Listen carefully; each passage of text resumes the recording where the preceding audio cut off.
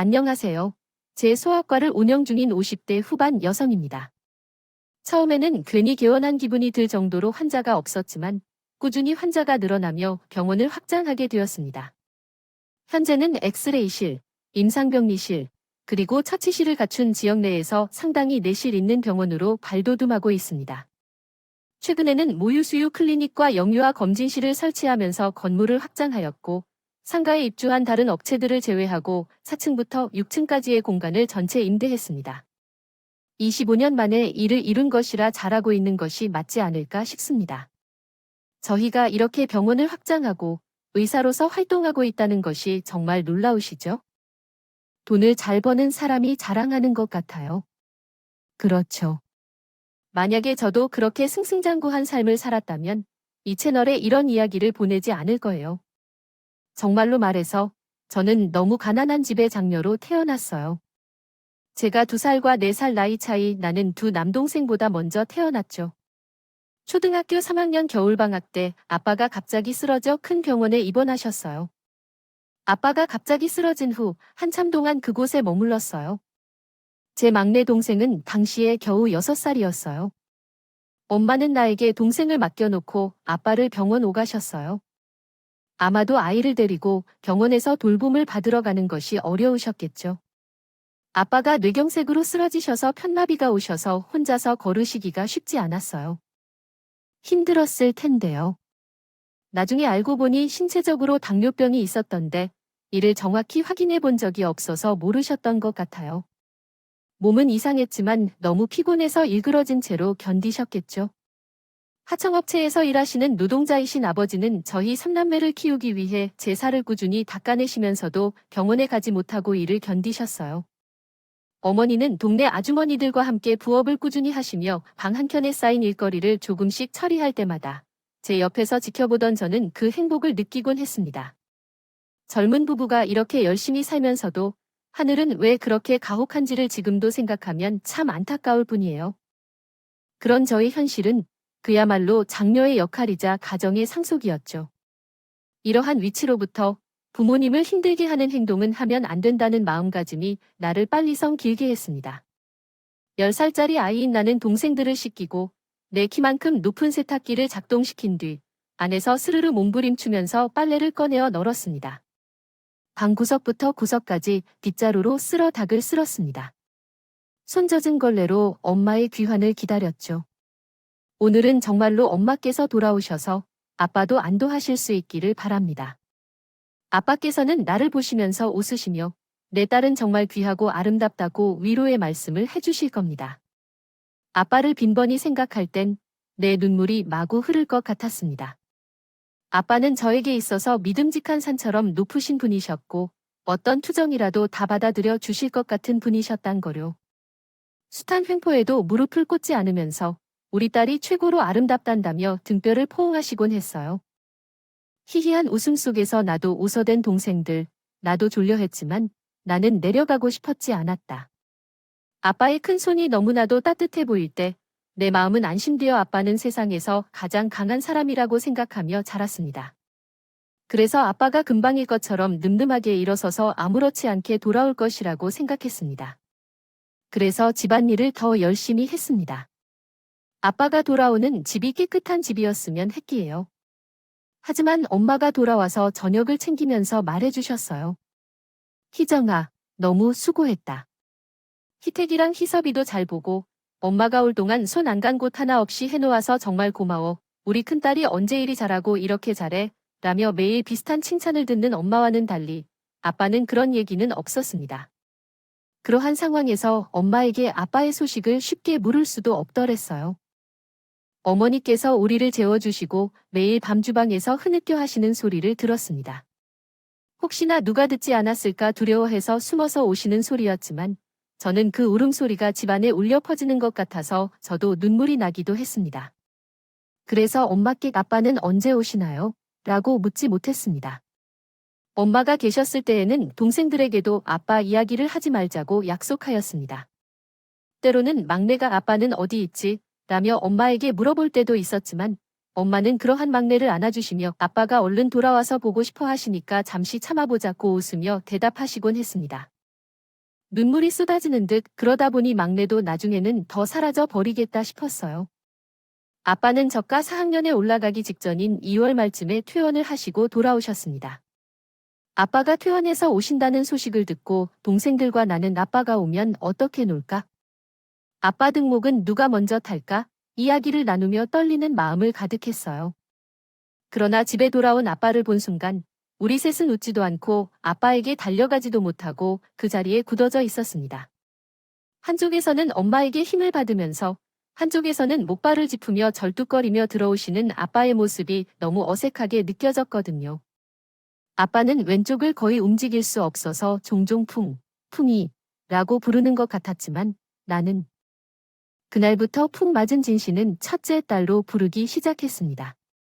제가 둘째 딸과 함께 학교에 다녀오면 아빠는 막내인 유치원생을 돌보느라 바쁜데 아빠는 기저귀도 갈고 밥도 해주느라 고생하셨어요. 그래서 엄마가 자주 돌아와 보셔야 했는데 그러다 보니 안정적인 일을 찾아서 일하실 수 없었습니다.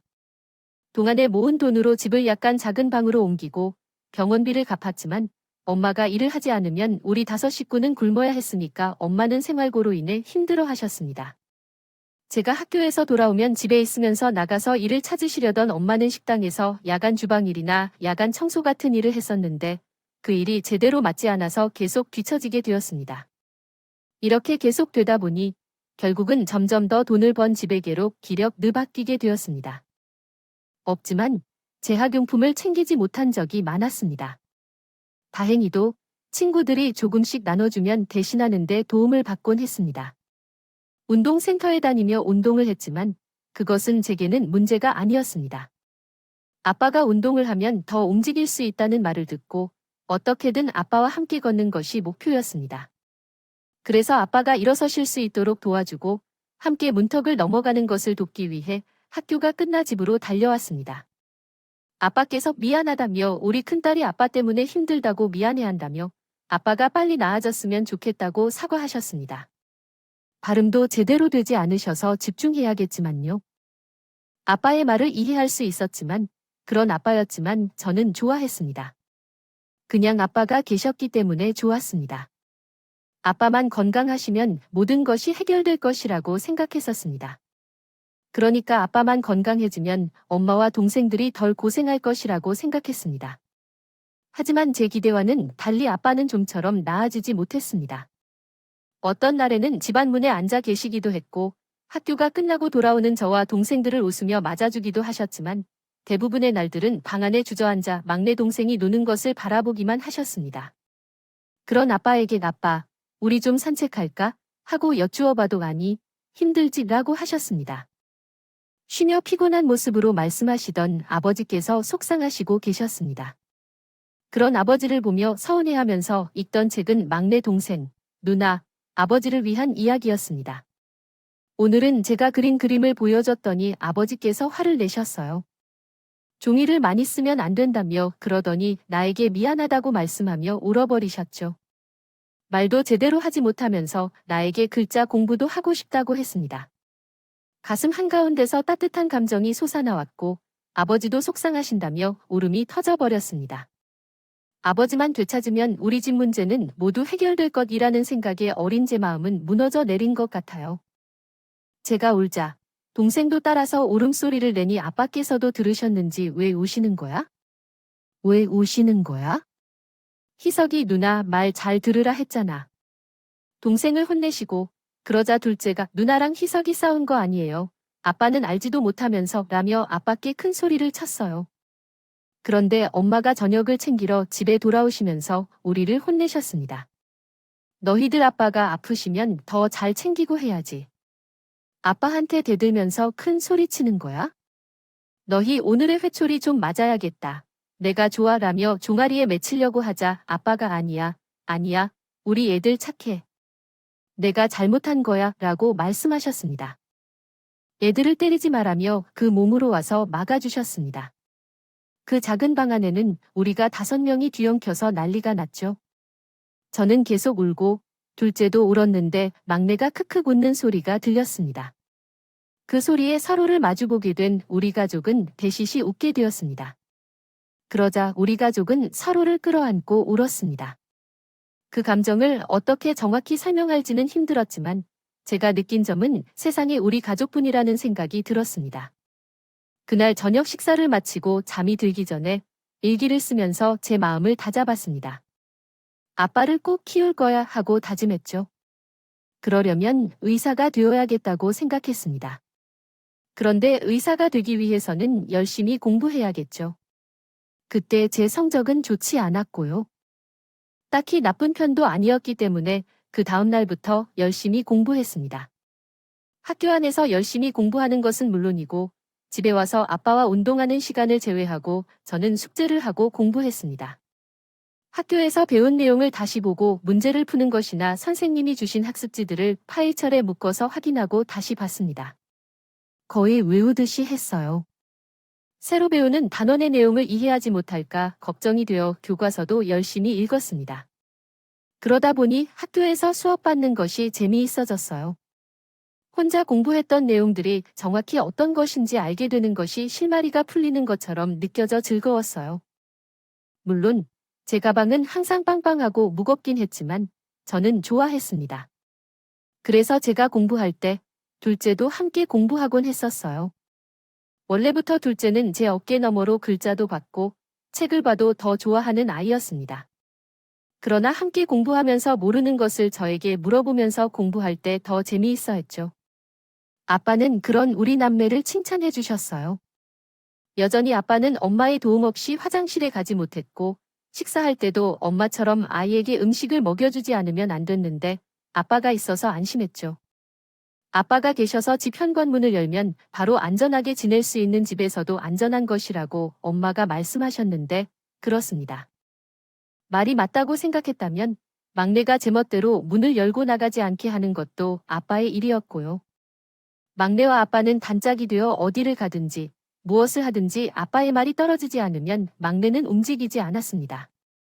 엄마의 당부도 있었고 저와 둘째가 여러 번 말하기도 했지만 달라진 점이 있었지만 막내가 그 집 앞에서 다른 차들의 사고가 없었던 건 모두 아빠 덕이었습니다.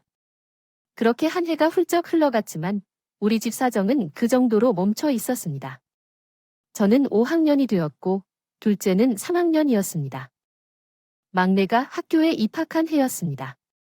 막내는 가방, 신발 실내와 각종 학용품을 살 때 엄마의 얼굴에는 미소가 만연했지만 그 미소는 오래가지 못했습니다. 몇 달을 모아서 살 생각을 하고 계셨겠지만 엄마가 가진 돈을 거의 다 쓰셨을 거라는 것을 눈치로 알 수 있었어요.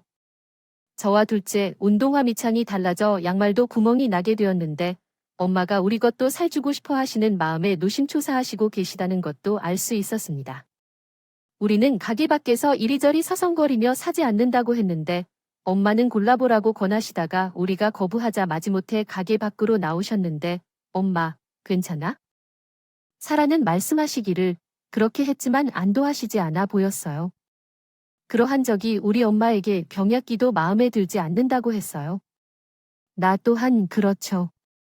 먼저 조금 더 아끼다가 나중에 새로 사면 되겠죠. 그러면서 위로의 말을 전하며 스스로 훌륭한 일을 했다고 위안을 받기도 했습니다. 이런 저와 우리 둘째에게 엄마는 미안한 마음이었는지 그러면 가지고 싶은 것을 하나씩만 말해봐. 엄마가 사줄게라고 했는데 거의 동시에 수학 문제집을 사주시라고 답했습니다. 그때까지 제대로 된 문제집을 가보지 않은 나는 그것을 원하게 되었거든요. 그러나 그 마음이 동생도 마찬가지였는지 나와 같은 대답을 한 것 같습니다. 엄마는 그런 식으로 저를 끌어안고 시장 한가운데로 오셨습니다.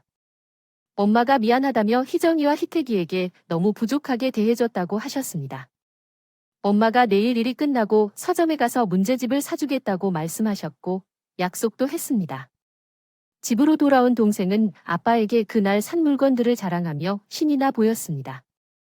그런 동생을 지켜보는 것은 나쁘지 않았으며 그때쯤 엄마는 우리보다 일찍 일어나셔서 새벽에 청소를 다녀오신다고 하셨습니다. 우리가 학교에 가는 시간에는 집에서 아빠를 돌보고 계셨고 우리가 학교에서 돌아올 시간에 맞춰 시장 앞 떡볶이집에서 아르바이트를 하셨습니다. 그리고 오후에 돌아와서 함께 저녁을 먹었습니다. 꾸벅꾸벅 조심히 부업을 하셨습니다. 그러다 쌓여있는 업무 옆에서 쭉 주무셨습니다. 이불도 제대로 덮지 못한 채 주무시는 엄마에게 이불을 덮어드리고 방불을 끄고 주무는 일은 제가 맡았습니다. 아빠는 쓰러지신 후에는 약 때문인지 갑자기 잠이 많이 오셔서 먼저 주무셨고, 막내는 밥을 먹고 양치만 하면 자는 아이였습니다. 둘째는 책을 보다가 잠이 들었고, 그런 가족들이 다 잠든 후에는 저가 일기를 마저 쓰고 자는 것이었죠. 그러다 시계 알람 소리에 일어나 보니 엄마는 가시고 안 계셨습니다. 그래서 저가 밥을 푸고 냉장고에 반찬들을 차려 아침상을 완성하고 있는 때에 둘째가 일어나 막내를 깨우고 아빠께 음식을 차렸습니다. 일어나시라고 하면 저희 가족의 아침이 시작됐습니다. 아빠의 식사는 저와 둘째가 번갈아가며 먹였습니다. 엄마가 안 계신 경우에는 그렇게 했습니다. 엄마는 정말 부지런하셨지만 저희는 계속 가난했습니다. 엄마의 일자리가 있었다가 없었다 하면서 수입이 들쑥날쑥했던 데다가 그것도 사정에 맞춰준다는 핑계로 월급을 다른 사람들보다 적게 받으셨거든요. 엄마가 그렇게 번 돈으로 저희 59가 때에 맞춰 밥을 먹을 수 있는 것만으로 만족해야 했지만 어린아이들은 그렇게 못했습니다. 둘째와 저는 소풍을 당연히 안 가는 거라고 생각하고 있었지만 막내는 1학년이라서 가고 싶었겠죠. 가정통신문을 들고 신나게 집으로 돌아온 후에 나는 소풍을 가야 한다. 놀이공원이라는 곳이래. 학교가 너무 좋아 라며 자랑을 했다고. 그러자 저와 둘째는 그런 가정통신문을 알아서 버렸지만 막내까지 챙기지 못했나 봐. 그래서 둘째와 저는 급하게 가져온 가정통신문을 빼앗았고 비서가 소풍을 나중에 가자고 제안하자 형과 누나도 이번에 소풍은 가지 말라며 감췄다. 하지만 그날 우연히 아르바이트를 안 가신 엄마가 그 장면을 목격하고 말을 멈췄어요. 엄마의 표정은 일그러졌고 일어나며 아빠를 잡아당기며 말했습니다. 좀 일어나봐요. 당신이 홀로 화장실에도 가고 밥도 혼자 먹어야 해. 어디 가서 월급을 가져올 것이냐? 우리 아이들을 소풍에 보내주지 않으면서 우리가 어떤 부모인가요? 그렇게 오셨다. 모든 것을 말없이 지켜보며 울음을 쏟아내시는 엄마를 지켜보시던 아빠는 미안해하셨지만 그 소리는 포효에 가깝게 들렸다. 그 당시 아빠는 그저 불쌍하게만 보였지만 이제 돌아보면 아빠는 자신의 고통이나 아픔보다 상실감과 미안함이 더 컸기에 그렇게 했을 것이다. 아빠가 아프다고 해도 아빠의 잘못은 아니었지만 죄의식을 가지고 자책을 했을 것이다. 그래서 고통스럽고 괴로운 울음을 흘렸을 것이다. 그때는 그 울음소리가 너무 아파서 아빠에게 그러는 엄마의 행동이 문제라 생각했었다. 생각했습니다. 너무 어렵죠. 하지만 그때도 그건 알 수 있었습니다. 모두가 너무 힘든 상황이라는 것을요. 그래서 생각했습니다.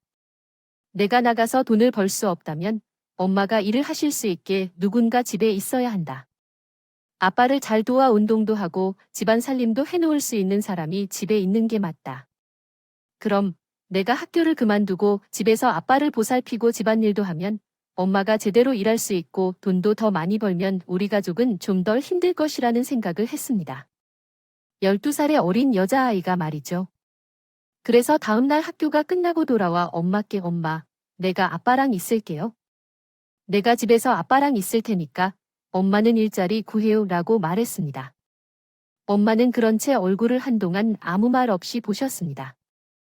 그런데 희정아, 그런 걱정은 하지 말고 학교에 열심히 다니라면서 고개를 돌리며 울어버렸다. 어제는 엄마가 속상해서 아빠에게 조금 화를 냈어. 괜히 속상하게 만들어서 미안해하며 울었는데 나는 엄마를 안아서 내가 아빠 곁에 있다가 아빠가 좋아지면 다시 학교에 다니면 되잖아. 나는 공부도 소홀히 안 할게. 엄마가 돈을 더 벌면 나 문제집도 사줄 테니까요 라고 설득했지만 엄마는 아니야. 뭐가 뭐든 너를 학교까지 안 보낼 순 없어 라며 부업을 시작했다.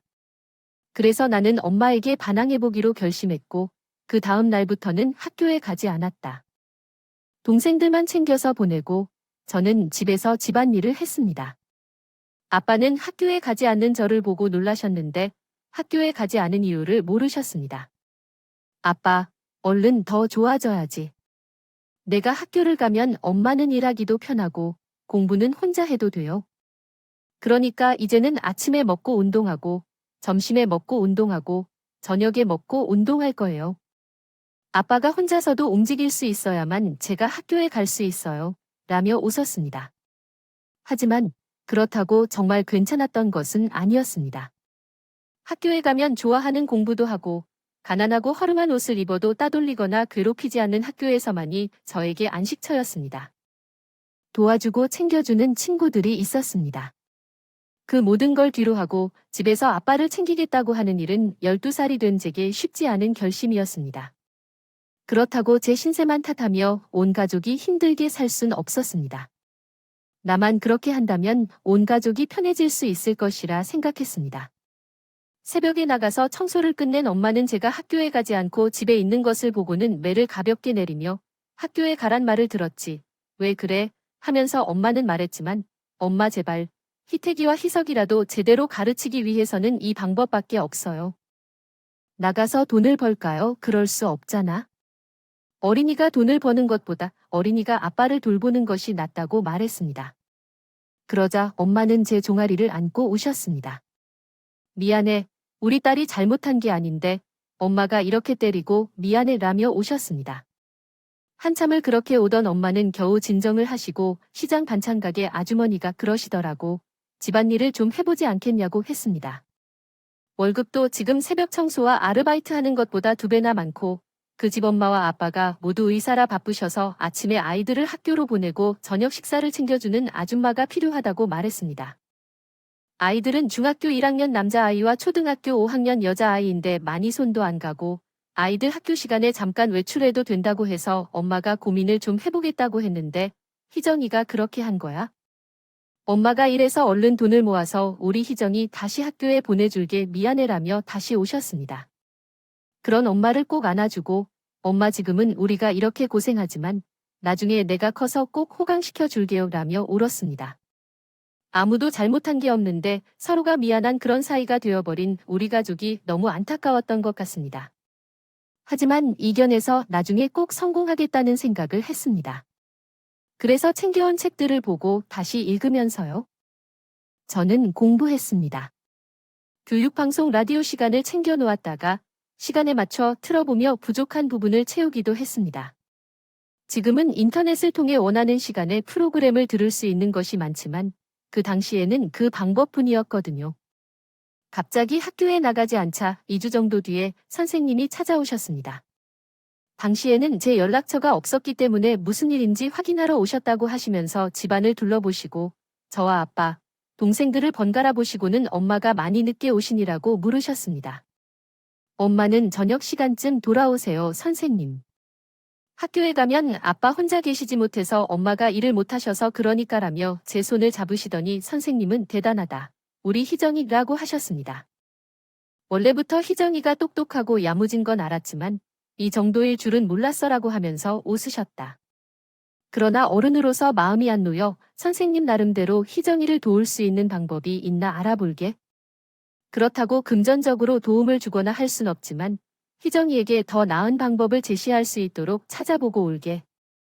엄마께서 오시면 이 번호로 연락 좀 달라고 전해주겠니? 늦어도 좋으니까 꼭 통화 좀 하게. 그래야 상의를 하지라고 일어나 가셨다. 따라들인 보리차는 맛있지도 않고 가시는 선생님의 뒷모습을 보며 학교에 가고 싶다는 생각을 잠깐 했지만 이내 마음을 다잡았다. 그리고 며칠 뒤 선생님은 책을 잔뜩 가지고 집으로 다시 방문하셨습니다. 희정아, 이거 6학년까지 쓸 문제집이야. 이쪽에는 6학년 교과서도 있고 여기 있는 책은 검정고시 책이야. 검정고시는 졸업한 거랑 똑같이 인정해주는 시험이야. 초등 검정고시랑 중등 검정고시 책이야. 이걸로 공부하라고 가져왔어. 그리고 학교는 자퇴라는 게 있어서 그렇게 하기로 했어. 사연은 가정 형편으로 했는데 언제라도 돌아오고 싶으면 돌아올 수 있어. 라면서 선생님께서 제 손을 잡으셨습니다. 절대 포기하지 않겠어. 선생님은 믿어. 우리 희정이가 잘해낼 거라고 라면서 제 어깨도 두드리셨습니다. 그런 선생님과 함께 나를 보시던 아빠는 곁에서 있었습니다. 감사합니다. 감사합니다. 그러자 선생님은 아빠를 향해 아버님, 얼른 쾌차하세요. 그래야 우리 희정이가 공부를 더 열심히 하겠죠. 아버님이 희정이를 너무 예쁘게 잘 키우셨어요. 라며 인사를 하시고 돌아가셨습니다. 그리고 며칠 뒤 친구들이 선물과 편지를 써서 우리 집 앞으로 왔습니다. 저보다 더 울면서 선생님이 이야기해 주셨어. 너 정말 대단한 아이야, 희정아. 너랑 친구여서 너무 좋았어. 공부도 잘 가르쳐주고 잘 대해줘서 고마웠어. 우리가 또 놀러 올게 라고 하는 그 친구들을 보며 마음은 더 깊고 무거워졌습니다. 자존심도 상하고 속상할 수 있는 이야기이지만 이 친구들과 선생님이 이해해주고 도와준 만큼 다 만족시킬 결과를 내야 한다는 생각이 들어 공부를 게을리할 수 없겠다고 생각하여 마음을 졸이며 공부하게 되었습니다. 5학년 단원과 연계가 있는 6학년 단원은 함께 공부하며 그 결과 5학년 2학기가 끝날 무렵 6학년까지의 과정을 모두 숙지하게 되었습니다. 한 학기 동안 검정고시 책으로 공부하여 시험을 쳤을 때 다른 친구들이 졸업을 하기 한 학기 전에 검정고시를 만점으로 통과하게 되었습니다. 이후에 자신감이 생겨서 중학교 과정도 열심히 공부했기 때문에 월급이 늘어난 엄마는 책을 사주실 수 있게 된 것이고 나는 15세에 맞아야 하는 중학교 2학년의 중등 검정고시에서 역시나 만점으로 합격하게 되었습니다. 엄마와 아빠는 학원에 보내지 않은 내가 혼자서 공부하여 얻은 결과에 너무 만족하셔서 고마워하셨습니다. 둘째, 동생의 부족한 부분을 내가 보충하고 막내 동생의 공부도 가르쳐줌으로써 우리 삼남매는 학원을 다니지 않았습니다. 그럼에도 불구하고 엄마와 아빠는 나에게만 칭찬을 아끼셔서 조금은 부끄러운 기분이었습니다. 이런 나에게 둘째는 누나를 조금은 잘난 척해도 된다고 말하며 누나는 정말요. 대단한 일이라며 어른처럼 말하고는 했지만 그 모습조차가 제게는 마음 아픈 일이었습니다. 집에서 아빠와 지내며 집안일을 하고 공부한다는 것으로 칭찬을 받을 때까지 동생들도 잘 견디고 있었기 때문에 엄마께서는 나가시는 길에 그 집에서 동생들을 위해 옷을 직접 가져와 입혀주셨습니다. 동생들은 새 옷이라며 대단히 기뻐하며 입어보았어요. 제가 혼자 여자로서 받은 선물은 그리 많지 않았지만 엄마께서는 옷을 사주셨고요. 시장에서 저렴하게 산 옷이라 해도 새 옷은 좋고 남이 입은 옷은 별로라고 생각하지 않았는데도 동생들은 사이즈가 넉넉한 옷이 좋다며 즐거워했습니다. 2. 녀석은 학교 시험에서도 거의 만점을 받아서 잘하는데도 저 때문에 칭찬도 못 받았고요. 그래서 부끄럽고 동생들에게 미안했습니다. 그래서 동생들이 집으로 돌아왔을 때 더 푹 쉴 수 있도록 했던 것 같습니다.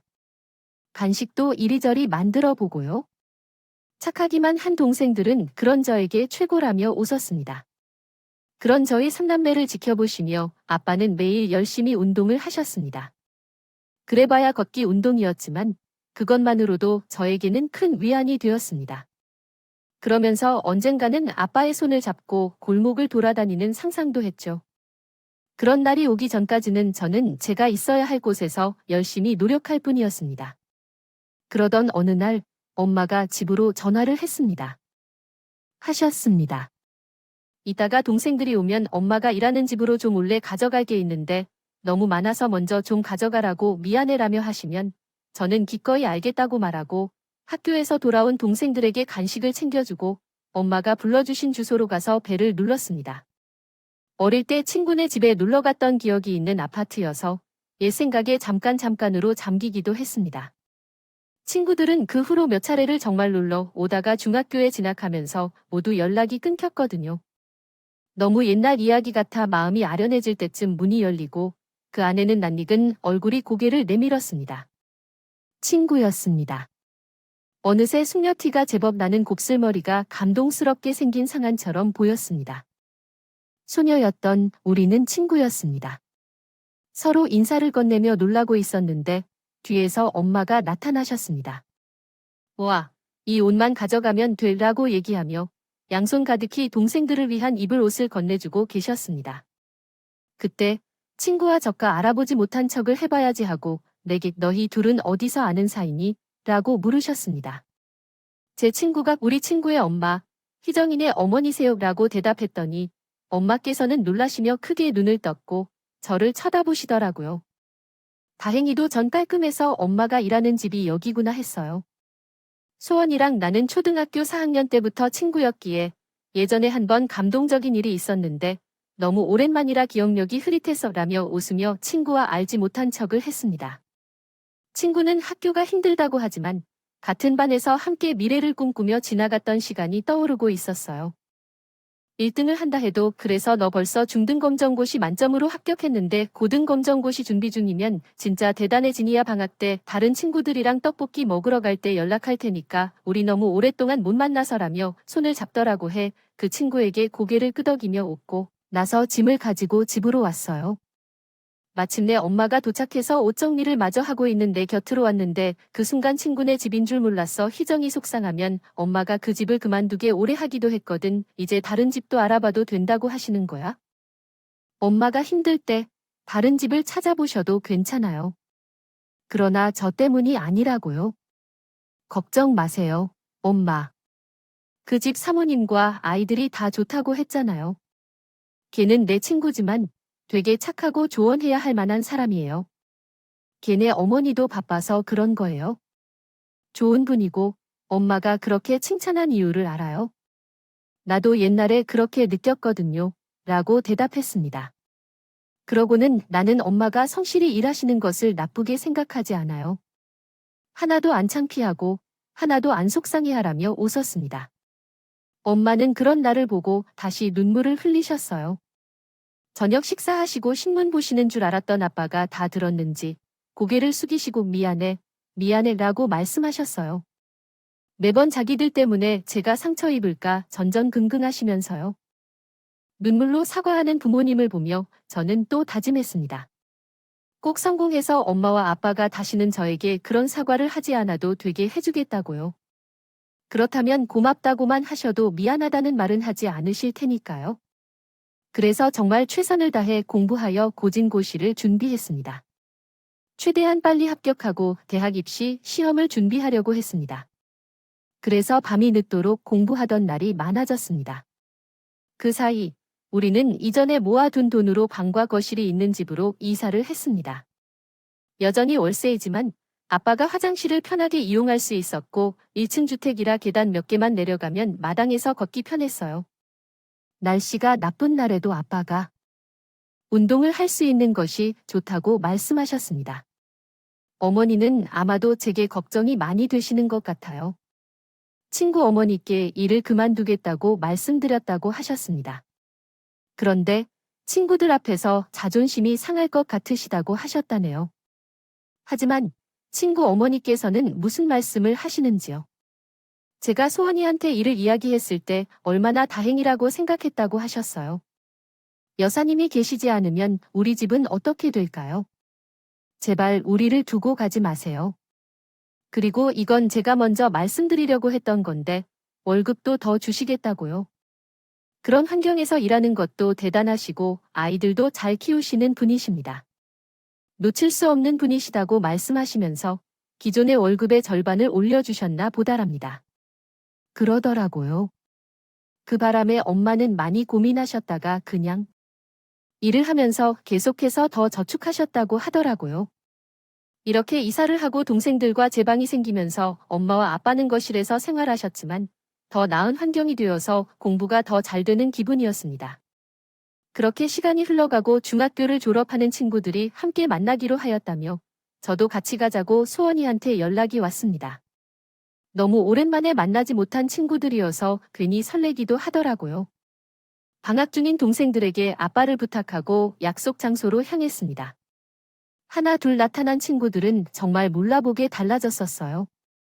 그만큼 저도 변한 셈인데 제 눈에는 그렇게 보였습니다. 서로 반가워하며 기억을 더듬고요. 깨르르 웃으며 인근에 인기 있는 떡볶이도 먹고 빵집에 가서 빵도 고르며 수다를 떨었습니다. 그때 중 한 친구가 희정아, 너도 차라리 고등학교는 가지 그래? 계속 검정고시 할 거야 안 답답해. 나중에 사회생활 할 때도 문제되는 거 아니야? 우리 엄마가 그러는데 공부만 잘한다고 다 되는 게 아니래라고 하더라고요. 그래서 대학은 가야겠지 힘들더라도 그때 돼서 부딪혀 봐야지. 어쨌든 지금 환경에서 최선을 다해야 하니까 라고 말하며 웃었습니다. 그러자 그 친구가 최선이라고? 맨날 집에서만 있는 게 무슨 최선이야? 너 일부러 학교 다니기 싫으니까 그러는 거 아니야 라며 날카로운 반응을 했습니다. 다시 답변을 하려는데 소환이가 나서며 야, 내가 희정이 입장이면 저렇게 할 수 있겠어? 너희 엄마가 매일 희정이랑 비교하는 건 알겠는데 희정이는 학교 다녔어도 전교 1등이야. 너랑 비교가 되니라고 해버리는 겁니다. 그러자 그 친구는 저와 소원이를 번갈아 노려보더니 그래, 잘나서 좋겠다. 그럼 너희끼리 놀아라고 하더니 픽하고 나가버렸습니다. 그 친구가 가자 제가 안 그러더니 성적 때문에 스트레스 많이 받았어. 절에 제 학원이 다 과했다. 엄청 하거든. 돈 들이는데 성적 안 오르니까 엄마한테 혼났나 봐. 이번에 고등학교 들어갈 때도 나랑 같은 고등학교는 떨어졌어. 그래서 절에 이해해라며 저의 편을 들어주더라고요. 그런 소환이가 너무 듬직했습니다. 그래서 소원이와는 더 자주 오고 가며 연락을 하고 가끔 만나기도 했습니다. 시간은 또 흘러 저는 18살에 고등검정고시도 만점으로 합격하면서 대입 준비를 하게 되었습니다. 소원이네 부모님께서는 두 분이서 운영하시는 병원 이름으로 장학금을 주고 싶다고 하시며 거액의 장학금을 주셨습니다. 그 장학금으로 제가 대입 재수학원에 다닐 수 있도록 해주시기 위해 하신 일이었죠. 너무 감사하고 부담스러워 거절하려고 했습니다. 학원비를 하고도 2년치 등록금은 되는 돈이었기에 감히 받을 수가 없겠더라고요. 이렇게 우리 병원에서도 인재 양성을 하려고 그래? 그러니까 거절하지마 대신 정말 의대 가서 우리 병원에서 일하면 되잖아라며 설득해야겠어. 장학금을 받게 되었거든. 소원이는 내가 나보다 먼저 대학에 가면 선배님 진짜 꼭 의대가 그래야 나도 너를 따라갈 기회가 생기지 라며 부탁해요 선배님이라며 웃었습니다. 그래서 저는 더 열심히 공부할 수밖에 없었어. 재수학원에는 야간반을 다녔지만 동생들이 학교에서 돌아오면 제가 학원에 갈 수 있어서요. 그때마다 막내가 의젓하게 자라 아빠를 잘 도와주었습니다. 둘째도 중3일대로 고등학교 입시를 위해 여념이 없어 학교에서 남아서 자습했거든요. 중1인 아이라도 소년이라는 힘이 있었습니다. 아빠가 저를 운동시킬 때면 저보다 능숙한 것 같더라고요. 고등학생들 사이에서 어린 제가 섞여 있어 공부하기가 쉬운 일은 아니었지만 저는 수업을 받는 것만으로도 감사했고 열심히 공부했습니다. 학벌고사가 다가올수록 마음은 더 무거워졌지만 제가 갖고 있는 역량을 다 쏟아부어야겠다고 다짐했습니다. 의대 지원을 하겠다는 꿈으로 시험을 치르러 가는 날, 그 떨림은 30년을 넘어 40년이 거의 훌쩍 넘어가는 지금까지도 잊을 수가 없습니다. 성취하지 못하면 큰일 나겠다는 생각을 했었거든요. 부모님은 문제가 되었지만 장학금도 받았으니 그 값을 실현해야겠죠. 그렇게요. 노심초사해본 적이 내 인생에 있었나 싶을 정도로 그때는 매일 밤 악몽을 꾸었습니다. 그러다가 합격자 발표 날, 제 이름이 명단에 있는 것을 확인하고 얼마나 좋았는지 모릅니다. 혼자서 합격 소식을 전하고 집으로 돌아왔을 때 엄마께 전하며 기쁨의 눈물을 흘렸습니다. 합격의 기쁨에 우리 가족 모두 얼싸안고 울었습니다. 그러나 아버지를 돌보는 일이 문제였습니다. 학교에서는 장학금을 받고 엄마가 일을 그만두시는 것이 제가 아르바이트를 해서 살림을 보태는 이야기가 나왔습니다. 조금 힘들겠지만 의대를 졸업하면 월급이 나오니 견뎌내겠다고 말씀했습니다. 보면서요. 대신 미리 소환하여 부모님께 받은 장학금은 동생들의 등록금으로 써야겠다고 했습니다. 하지만 소원네 부모님은 저에게 입학 축하금이라는 이유로 다시 장학금을 주셨고 저희 엄마는 여사님, 그만하시면 우리가 여사님 밥을 못 먹겠어요. 그래서 물론 말인데 우리 병원 입구에 있는 상가에서 반찬 가게 하나 열어보시겠어요? 우리가 투자할 테니까요. 그럼 희정이 아버님도 나와서 함께 하실 수 있죠. 우리가 좋다고 생각해요. 이제 여사님 반찬 아니면 우리 밥도 못 먹겠어요. 라며 제안을 해주셨습니다. 엄마는 이러한 소원을 부모님 앞에서 우시며 오열하셨습니다. 저도 마찬가지예요. 이런 분들을 만날 수 있어서 너무 큰 복을 받았습니다. 이로 인해 동생들까지 공부를 잘 마쳤습니다. 제 소원은 이루어졌습니다. 소원이 약속한 대로 다음 학번에서 저와 함께하고 있습니다. 우리의 관계는 끊을 수 없고 멀리 떨어져 살 수 없는 관계입니다.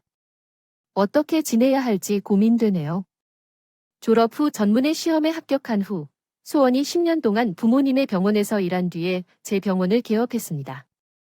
둘째는 한의원을 운영 중이고 막내는 치과를 경영하고 있습니다. 이 모든 것은 소원의 부모님 덕분이며 부모님께서는 여전히 매년 찾아뵙고 인사를 하시고 계십니다.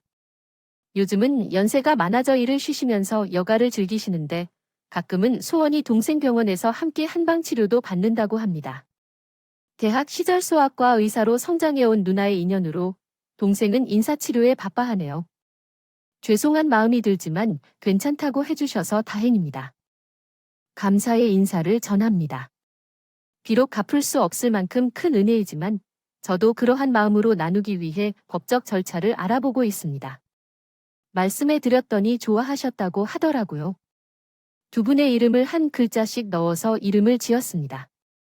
더 많은 아이들을 도울 수 있기를 바랍니다. 2021년은 저물어가고 있으며 아직도 인류에게 최악의 여행질환으로 고통스럽지만 그래도 가족과 같이 서로 아끼고 위하는 마음으로 함께한다면 운명의 행운이 따라오리라 믿습니다. 사랑으로 물든 연말이 되어 모두가 행복했으면 하는 바람으로 이 소환인의 가족이 베풀어준 온전한 행운이 함께하길 기원하겠습니다. 그동안 긴 이야기를 들어주셔서 감사합니다. 사연을 들어주신 모두에게도 감사드립니다. 사일이 재밌었다면 구독과 좋아요를 눌러주시고 감사합니다. 안녕히 계세요.